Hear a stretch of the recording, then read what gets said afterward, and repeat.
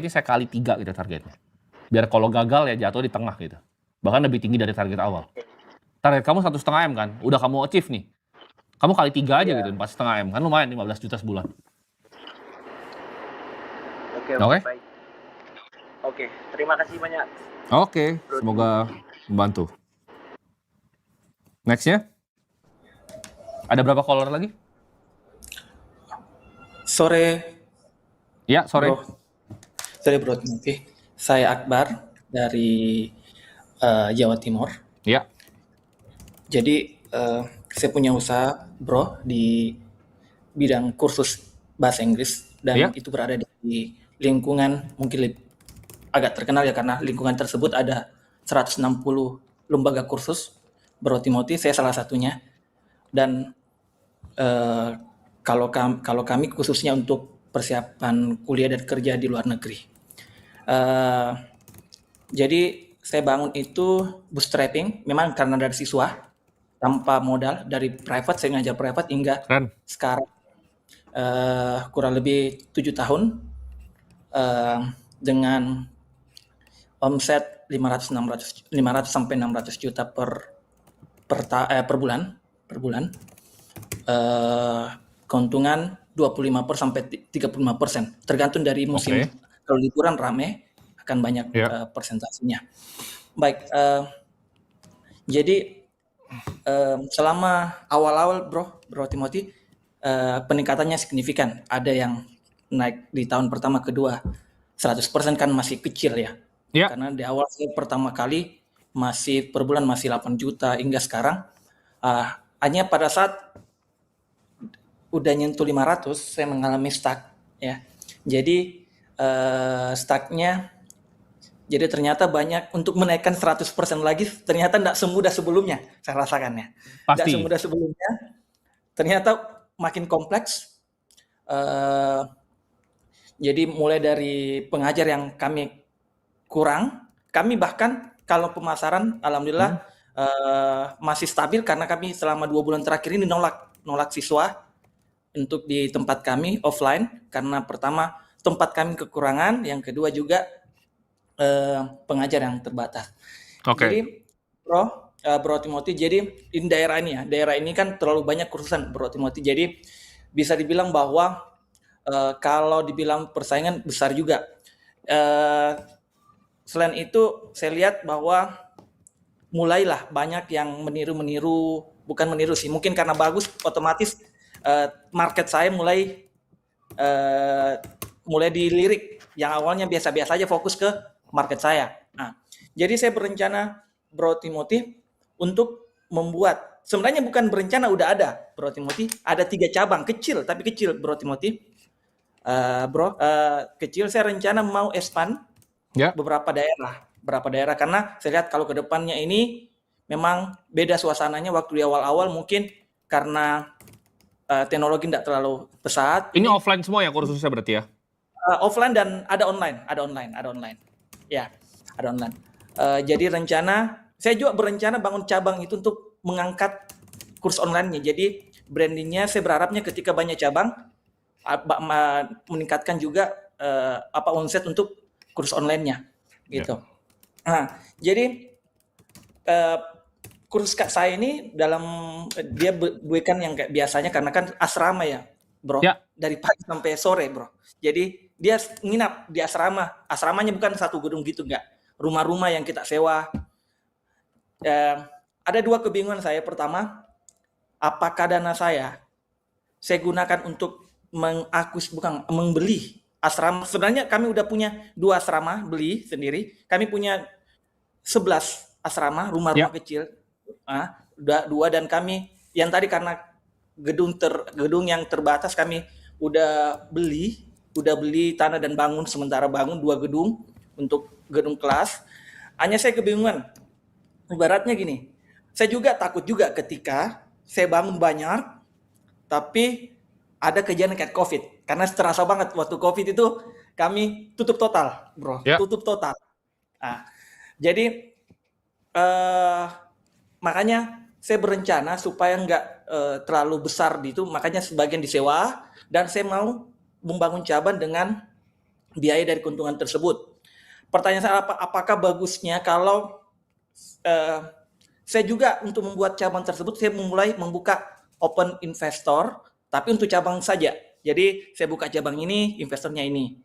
Atau apakah selama pengalaman Bro Timothy, apakah lebih baik saya pakai dana profit saya dulu atau saya mulai open?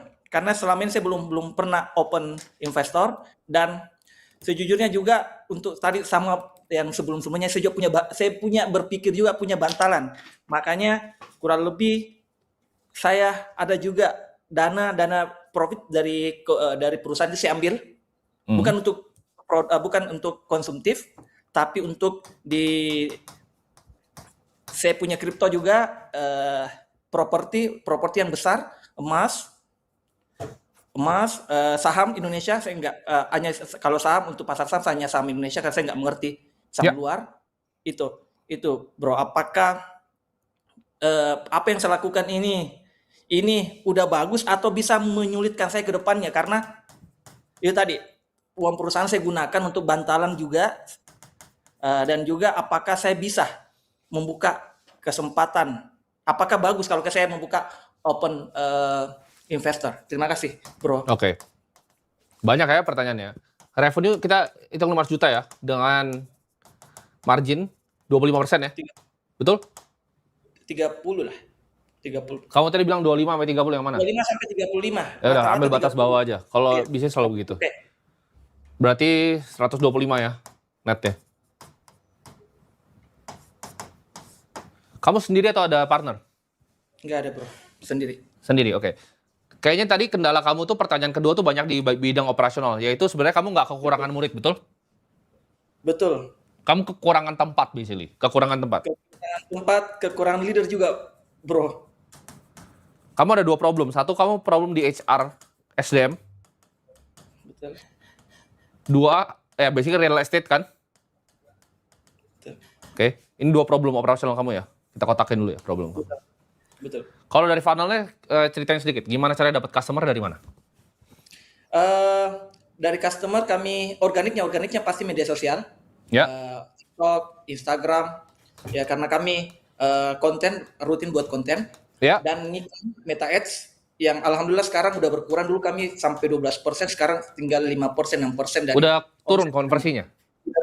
Udah turun karena kami tingkatkan di admin. Jadi jumlah admin yang saya tingkatkan. Oke, kamu jualannya sebentar. Kamu jualnya ke satu segmen atau 2 segmen? Kamu jual cuman ke retail doang atau kamu ada B2B korporatnya? Nah, belum. Jadi kekurangan SDM. Jadi terkadang kami punya tawaran grup. Waduh, kalau itu sayang ya?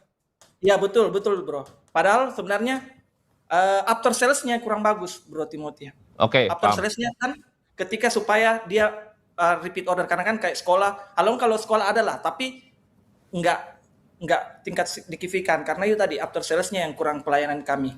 Ya.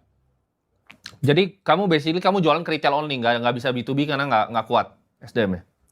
Betul, dan rencana mau juga kuatkan itu. Nah, kalau corporate kan simpel. Kalau kamu tadi omset 500, gimana cara naikinnya double? Itu kamu nggak double atau nambah at least 50% tuh pakai corporate gampang. Karena kamu bisa jual paket 100 juta gampang banget dimakan corporate. Ini kamu 2 orang aja, udah 200 juta ya kan? Betul. Tapi kamu punya problem di SDM tadi. Kamu nggak bisa melakukan ini. Kalau retailnya berarti full, kebanyakan dari organik ya? Organik betul, Bro. Oke. Dan mulut ke mulut lah ya. Paid ads kamu cuman kecil. Kamu udah optimasi semua kayak sistem lead magnetnya, ada trialnya kah apanya? Optimasi trial enggak ada, Bro. Kamu nggak ada trial gitu ya? Ya, Google Ads kami tidak main, TikTok Ads juga kami belum main karena itu tadi, Bro Timothy, karena takutnya kewalahan ketika kami udah terima, tapi juga pengajar dan. Oke. Kamu punya problem paling berat ini. Kamu harus hire satu COO. Chief Operating Officer, ini hiring pertama kamu.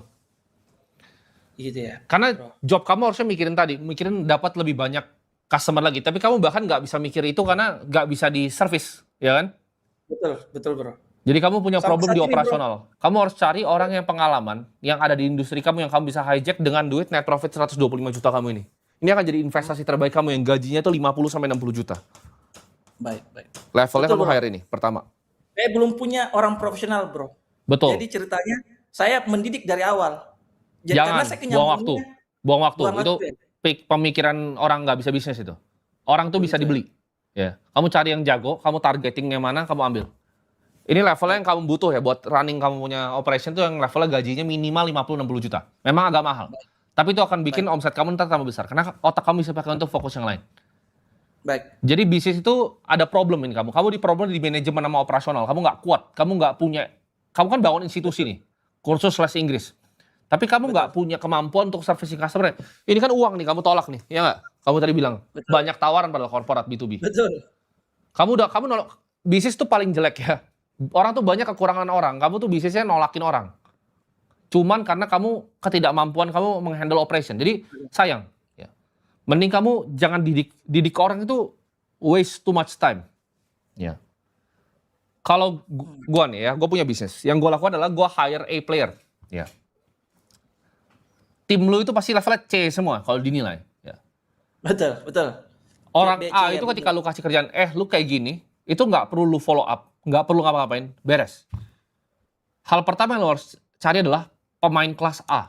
Ya, jangan kelas B, kelas C itu kayak lu tanya, ini belum selesai, belum ini nggak tahu. Itu C. Dan C itu akan menjangkit yang lain, semuanya jadi C. Lu hire satu C, semuanya jadi C. Ya. Karyawan sekarang berapa headcount? Kalau karyawan inti 22. Oke. Kalau ya freelance kan pengajar kan freelance ya. Ya, yang pertama lu harus lakukan adalah lu buang ide untuk investor. Kenapa? Karena ketika lu bisa investor, itu kan berarti membesarkan kapasitas lu untuk sekarang kan mandek nih secara operasional, tapi lu besarin kapasitasnya dengan tambah uang baru. Jangan. Tambah ruwet lu, tambah pusing. Yang pertama lu harus lu harus bebenah fondasinya dulu, oke? Ini PR lu udah jelas nih. Kalau punya lu ini cukup clear ya, gua rasa ya. Jadi lu punya problem di sini, oke? Baik. Lu udah nolakin duit. Yang pertama lu harus lakukan adalah hiring. 2, bikin HR department. Ini buat training SDM ya. SDM lu perlu di-train, hati-hati itu kalau nggak. Kalau kayak tadi lu bisa spotting masalah bener loh. Lu bilang tadi after sales jelek, itu baru gue mau tanya gimana sequencing selanjutnya. Ya after sales-nya jelek kalau grouping yang Betul. B2B. Nah, B2B after sales jelek itu lu namanya buang duit ya. Cuman karena lu nggak punya SDM. Itu nggak boleh tuh dilakukan di bisnis. Bottleneck lu udah jelas ya. Dan ini ibaratnya lu udah mau cari untuk real estate play lu investor kan. Jangan pakai dana sendiri ya. Tapi daripada lu tadi beli asrama, lu mendingan beli ini, lu beli COO. Chief Operating Officer. Lu cari yang udah pernah kerja di tempat-tempat ya. Kan banyak kan kursus les Inggris yang udah besar sekali. Karena nanti dia bisa bantu lu mikir. Harusnya yang lu pikirin tuh apa, oke? Bukan ini, lu sebenarnya bukan pikirin tempatnya dan lain. Ini dia yang mikir, oke? Gua kasih tahu cara lu jadi 1 miliar. Yang lu pikir itu satu, lu gimana caranya product tiering-nya. Lu ada levelnya sampai mana ngajar Inggrisnya? Ada high ticket produknya nggak?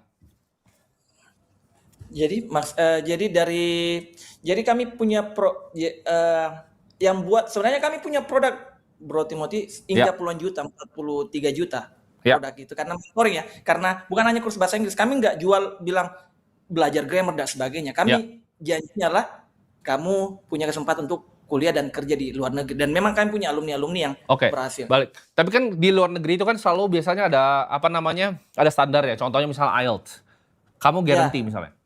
IELTS-nya pasti skornya di atas 7,5 gitu. Ya, kalau nggak untuk uangnya kerja, balik. Nah, itu berapa harganya?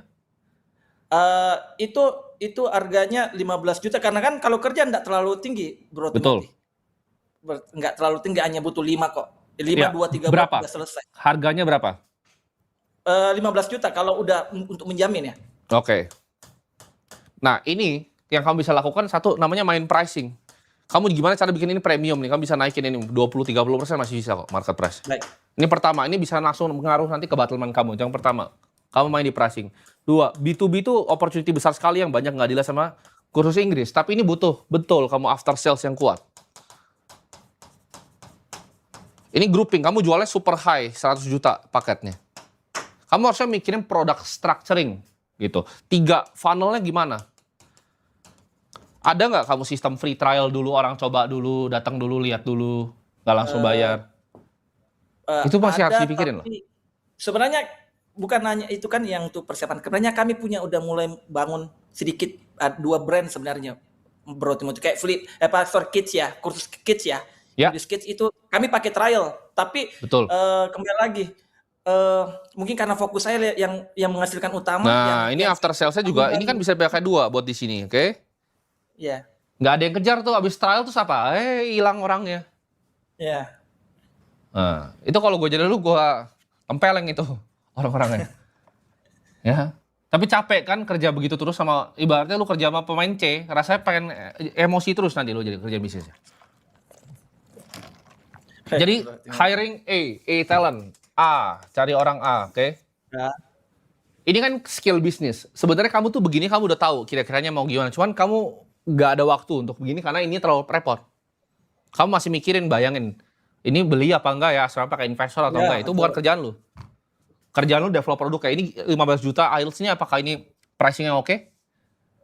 Money back guarantee-nya gimana, after sales setelah trial-nya bagaimana, separation brand-nya antara yang kids sama yang adult seperti apa.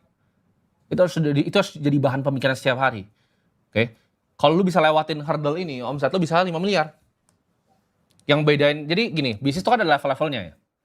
Yang bedain bisnis di level tertentu sama level yang lebih lanjut, itu biasanya kalau udah 20-an, kalau lu belum mengerti gimana caranya operational excellence, bisnis lu nggak akan pernah grow misalnya. Ya. Constraint yang lu harus beresin itu adalah gimana caranya gue punya operational excellence. Gue punya tim yang A, ya A player ibaratnya. Jangan cari yang C. Oke? Oke. Itu dulu. Saya mau nanya bro, satu lagi bro. Ya. Saya kan punya target bro, saya umur 36 tahun, saya punya target di umur 45 tahun di 2035, ingin memiliki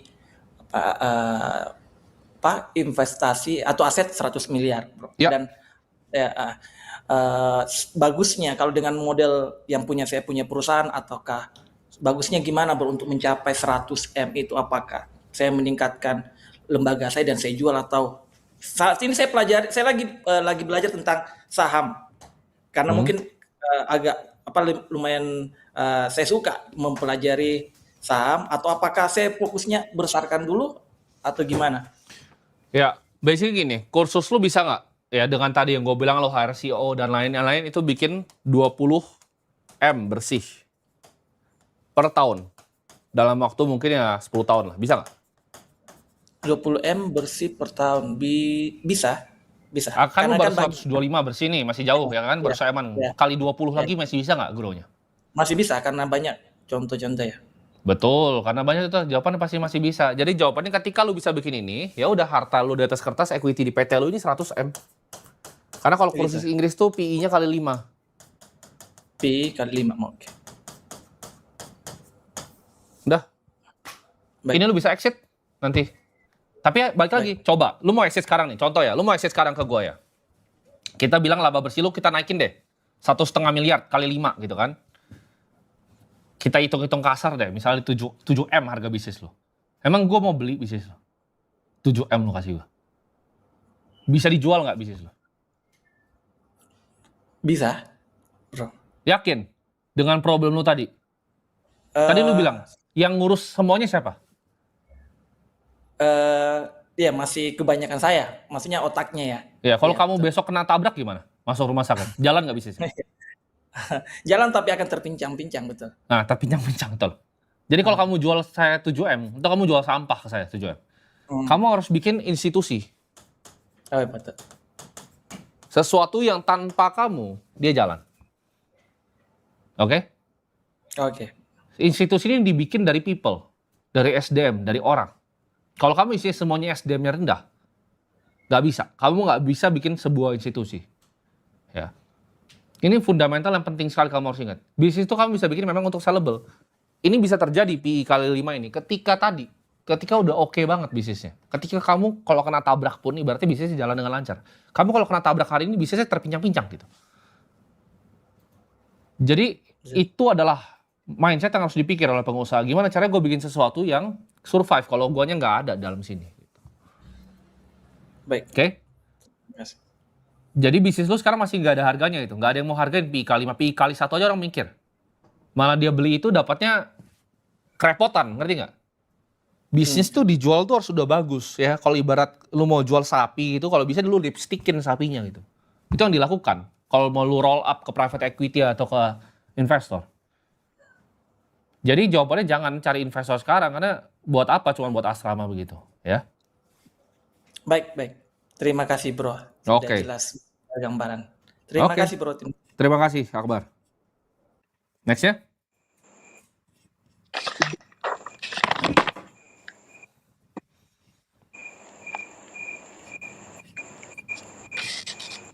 Ya, Halo, ya, halo. ya saya Hansen, usia Ya. saya 37 tahun. Saya ada 4 pertanyaan, tapi Oke. sebelum saya tanya, saya mau ceritain keadaan saya gimana supaya nanti arahannya lebih tepat untuk saya. Ya. Jadi sebulan saya